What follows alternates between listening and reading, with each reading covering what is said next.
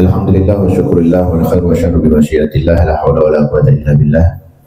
Syukur kita atas nikmat yang Allah berikan, dipertemukannya kita lagi di dalam majelis ta'lim rutinitas kita dengan penuh kenikmatan, yang mana kenikmatan kita dapat bertemu dan bersapa serta berzikir kepada Allah Ta'ala dengan harapan dari apa rangkaian yang kita lakukan diterima dan dilipat gandakan oleh Allah Subhanahu wa Ta'ala, serta selalu kita juga menjadi hambanya yang tergolong hamba muttaqin ya, dan faizin. Mudah-mudahan hamba yang penuh dengan ketakwaan, hamba yang selalu diberikan kesempatan untuk beramal serta menggapai kemenangan. Amin ya rabbal alamin. Hadirin yang dimuliakan Allah Subhanahu wa Ta'ala, kita sekarang ada di pertengahan mendekati nisfu Sya'ban. Keutamaannya bulan Sya'ban sudah banyak kita temui, dan juga harus ada perubahan ketika kita mengetahui fadilah keutamaan, di mana kita diberikan kesempatan oleh Allah Subhanahu wa Ta'ala hadir dan berada di bulan mulia ini, di detik dan di waktu serta kesempatan kita yang mudah-mudahan kesempatan ini bukannya yang terakhir kali. Namun dari itu, ketika kita merasakan rasa syukur kita atas kehadiran bulan mulia ini, juga harus disambut dengan amaliyah yang kita perbuat. Kalau udah banyak maklumat ya serta fadilah-fadilahnya, ini kita harus sambut, bukan sekedar rutinitas yang memang dijalankan bersama-sama atau berjamaah, tapi sebelum itu terjadi, sebelum itu sudah dijadikan panduan dalam kita bermasyarakat ya, halayaknya nisfu Sya'ban itu kan kumpul. Nah, sebelumnya harus kita latih tuh ya, karena ada syarat dan prasyaratnya dari terkabulnya sebuah harapan dan doa. Jadi jangan pas lagi kaget waktunya langsung diborong, bukan, ada alamat dan latihannya. Mentang-mentang sih malam nisfu Sya'ban punya keutamaan dan keunggulan sendiri ya. Nah, dilakoninya di bulan itu, di hari itu aja, tapi di sebelumnya nggak ada kiat-kiat untuk memberikan satu sambutan untuk kita mengamalkan amaliyah di timing-timing tertentu. Sebagaimana kita ketika ingin sampai ke satu tujuan ya, itu nggak bisa kita langsung lompat ada di tujuan itu. Kita pasti harus persiapkan sebelum kita menuju ke tempatnya, apa tujuan kita gitu, apa bekal kita kira-kira kalau udah sampai sana. Itu harus ada step-stepnya, harus ada jangkauan-jangkauan yang sebelum kita lakukan sampai di tempatnya itu, kira-kira udah kita siapin belum ya. Semisal kalau memang malam nisfu Sya'ban adalah malam keutamaan di mana malaikat turun, rahmat Allah turun, Allah menunggu dari hamba-hambanya yang berdoa, yang memohon panjang umur, yang memohon rezeki ya, dan di sana juga terdapat ada kesempatan perubahan daripada catatan Lauhil Mahfuz ya. Ada beberapa riwayat yang memang menuliskan itu. Sebelum itu terjadi ada alamat-alamatnya. Kira-kira kita mempersiapkankah di minggu-minggu kita menjelang menyambut dari malam kemuliaan itu. Nah, contoh misalnya kalau kita ada beban sama keluarga kita, beban sama saudara mara kita, sama teman-teman kita, sama tetangga kita, kira-kira udah kita penuhi belum?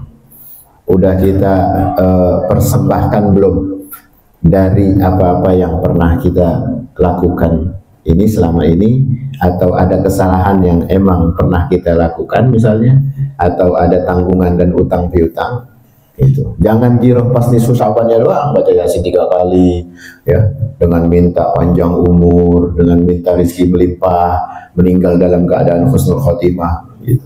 Bukan minta itunya doang di momen-momennya, tapi sebelumnya itu pascanya itu kira-kira ada apa enggak perubahan-perubahan yang memang untuk mendekatkan alamat kedatangan kita itu menuju permohonan yang mulia, menuju dari memang kalau memang catatan Lauhil Mahfuz berubah atas amalan, pastinya ada sambutan dong, nggak langsung ujuk-ujuk berubah gara-gara ente baca Yasin gitu, bawa air segalon 2 galon ya, bukan begitu.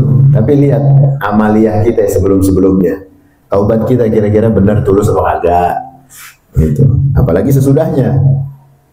Jadi kalau orang kalau mau menuju tempat ibadah kan dipersiapkan taubatnya dulu, bukan pas lagi ngelempengin ibadahnya, tapi persiapannya. Contoh mandi taubat aja sunnahnya sebelumnya ngapain? Ya, sebelumnya banyakin istighfar, habis itu bersih-bersih diri, mempersiapkan baju yang pengen dipakai, pewangian, persiapan ilmunya, zikirnya, baru dah mandi taubat. Belum menuju taubatnya belum, baru stepnya dulu, awal-awalnya gimana? Tanya-tanya sama guru, sama ustadz, gimana mandi taubat, gitu, niatnya bagaimana, itu ada.